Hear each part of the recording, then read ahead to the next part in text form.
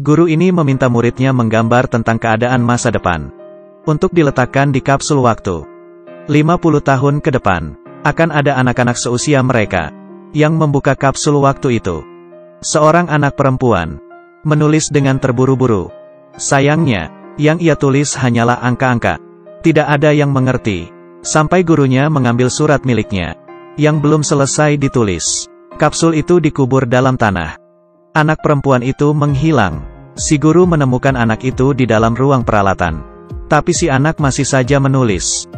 Menggunakan jarinya hingga terluka. Dia akhirnya selesai menulis. 50 tahun kemudian, kapsul itu digali. Dan seorang anak lelaki mengambil sepucuk surat. Dia tercengang. Dia melihat suratnya, yang hanya berisikan barisan angka-angka. Caleb membawa suratnya pulang. Ayahnya John adalah seorang dosen. Tapi dirinya juga tidak mengerti isi surat tersebut. Sampai ia secara tidak sengaja membasahi surat itu. Dirinya menjadi penasaran. Mengecek serangkaian angka tersebut melalui internet. Yang muncul adalah peristiwa 9/11. Menewaskan 2.996 orang. Ternyata angka-angka ini, sama persis dengan tanggal dan korban jiwa. Masih ada serangkaian angka lagi. Tapi ia tidak mengerti maksud persisnya. Dia panik. Dan menyalin semua angkanya. Mengecek setiap kombinasi angka. Dan menandainya. Dia semakin cepat dan cepat. Ingin membuktikan bahwa ini semua hanya kebetulan. Tapi gagal. Karena masih ada 3 kombinasi angka yang belum terjadi. Tidak ada yang salah dari kejadian ini. Ketika ia mencocokkan angkanya, akhirnya ia berhenti. Karena tertulis 20081019. Ada angka berjumlah besar yang mengikuti. Kalau berdasarkan teori miliknya, angka di belakang adalah jumlah kematian. Kali ini jumlah kematiannya sebesar populasi planet. Dirinya syok. Gelas anggur terjatuh dari tangannya. John memberitahu temannya, tapi temannya tidak percaya. John memberitahunya akan ada sebuah kejadian besok. Dengan korban 81 orang. Temannya masih tidak percaya. Dan berdebat dengan John. Dia mencari guru dari si anak perempuan. Ingin tahu keberadaan anak perempuan tersebut. Karena hanya dirinyalah yang mengetahui kebenarannya. Si guru mendengar anak perempuan itu sudah meninggal. Astaga! Harapan John hilang. Keesokan hari pun tiba. John menonton televisi sepanjang hari. Dia ingin mengetahui apakah akan terjadi kecelakaan. Tapi sampai subuh, masih tidak terjadi apa-apa. Saat akan menjemput Caleb, jalanan macet sekali. Di sistem navigasi mobilnya, tertulis koordinat lintang dan bujur. Dia menyadari tulisan itu adalah sandi. Bisa saja koordinat. Dan kecelakaan itu diprediksi akan terjadi di jalanan ini. John keluar dari mobil untuk mencari tahu apa yang terjadi. Lalu, sebuah truk terguling. Tapi tidak ada yang meninggal. Kecelakaannya bukan saat ini. Tapi saat itu juga, orang di depannya panik dan lari. Dia menoleh. Datang pesawat yang jatuh. Dan meledak. Akhirnya kecelakaan itu terjadi. John menghampiri puing pesawat itu. Mencoba menolong satu orang. Dengan harapan orang itu selamat. Agar ramalan tidak terjadi. Tapi pesawat meledak kembali. Api berkobar karena bahan bakar. Membuat susah bernapas. Dalam musibah itu, tidak ada yang bisa dilakukan. Berita melaporkan. Korban jiwa sejumlah 81 orang. Sama dengan ramalan di kertas itu. Tuhan pasti sedang bercanda. John berusaha mencegah kejadian-kejadian ini dari terjadi. Dia datang ke rumah si anak penulis surat. Berharap bisa menemukan saudara dari si anak. Lalu, bertemu dengan anaknya. Dan mengikutinya. Mengajaknya berbicara. Walau John sulit mengajak dirinya mengobrol. Dirinya memberitahu soal musibah yang diramalkan ibunya. Tapi anaknya tampak jijik dan takut. Dia langsung pergi tanpa pikir panjang. Melihat akan terjadi musibah lagi. John menelepon polisi. Memperingati polisi. Atau akan ada banyak orang yang mati. Dia hanya bisa menggunakan telepon umum.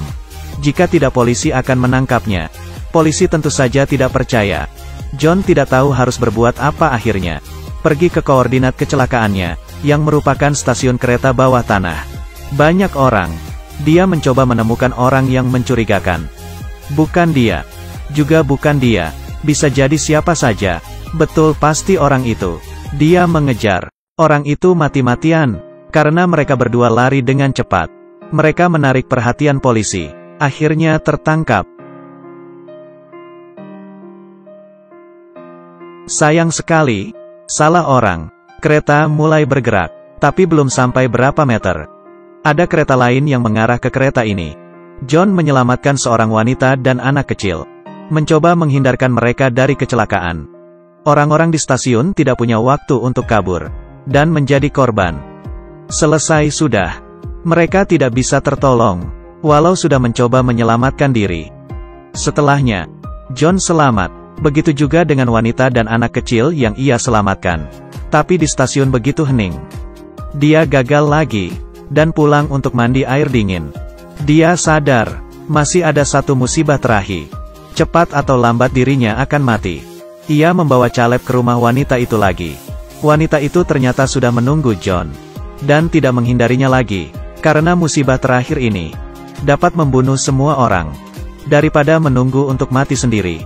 Lebih baik untuk mencoba bertahan hidup. Dan melawan. Mereka pergi ke rumah ibu si wanita. Rumah ini sudah lama tidak dikunjungi. Ditinggalkan. Mereka mencoba mencari petunjuk di kamar. Tidak bisa dihindari. Setelahnya, mereka menemukan sebuah lukisan. Yang digambar oleh ibunya. Dan ada seorang yang sedang berlutut di depan api. Apakah musibah ini berkaitan dengan matahari? John menemui temannya lagi. Memberitahunya musibah terakhir adalah badai matahari. Akan ada gelombang badai matahari yang menghancurkan bumi. Temannya tegang. Karena di hadapan matahari, mereka tidak bisa apa-apa. Tapi masih belum selesai. Anak John, Caleb dan anak wanita itu, Abby, mulai bisa memprediksi musibah yang akan terjadi. Mereka dapat mendengar semacam suara. Dan suara ini memberitahu mereka segalanya. Putus asa. Tidak tahu harus berbuat apa. John tidak mau tinggal diam. Teringat guru si anak perempuan pernah berkata, masih ada serangkaian angka di ruang peralatan. Pintu kayunya dicopot, dan mulai dibersihkan oleh John. Beberapa menit kemudian John mendapatkan angka baru, yang berupa koordinat. John berlari ke mobil, dan berusaha membawa mereka ke tempat aman. Mereka menuju tempat isi bensin. Dan setelah isi bensin, Caleb dan Abby sudah tidak ada. Ternyata ada orang yang menculik mereka. Pada saat mengejar si penculik, si wanita tertabrak mobil. Dan meninggal. John mengikuti arahan penjaga tempat isi bensin. Dan sampai ke hutan, yang ternyata adalah posisi koordinat. Kali ini, sistem navigasi tidak berfungsi. Hanya ada sepasang jejak ban di jalan. Yang pastinya milik si penculik. Dia terus mengikuti jejak ban. Sampai menemukan mobil curian. Dia menemukan si penculik. Berniat menembaknya. Tapi dihentikan oleh sebuah suara. Caleb dan Abby baik-baik saja. Ternyata, orang-orang berpakaian hitam ini bukanlah manusia. Tapi mereka datang dari planet yang jauh dari bumi. Mereka ingin membawa Caleb dan Abby. Agar mereka selamat. Ketika John melangkah menuju pesawat luar angkasa. Ia dihentikan. Karena ia tidak terpilih. Lalu John mengucapkan, selamat tinggal kepada Caleb. Mereka tidak bisa bertemu lagi. Kemudian mereka pun pergi. John melangkah ke mobil. Tidak ada yang bisa mencegah musibah ini. Dia hanya ingin pulang. Walaupun dunia hancur. Jika ada kalian maka tidak akan merasa kesepian.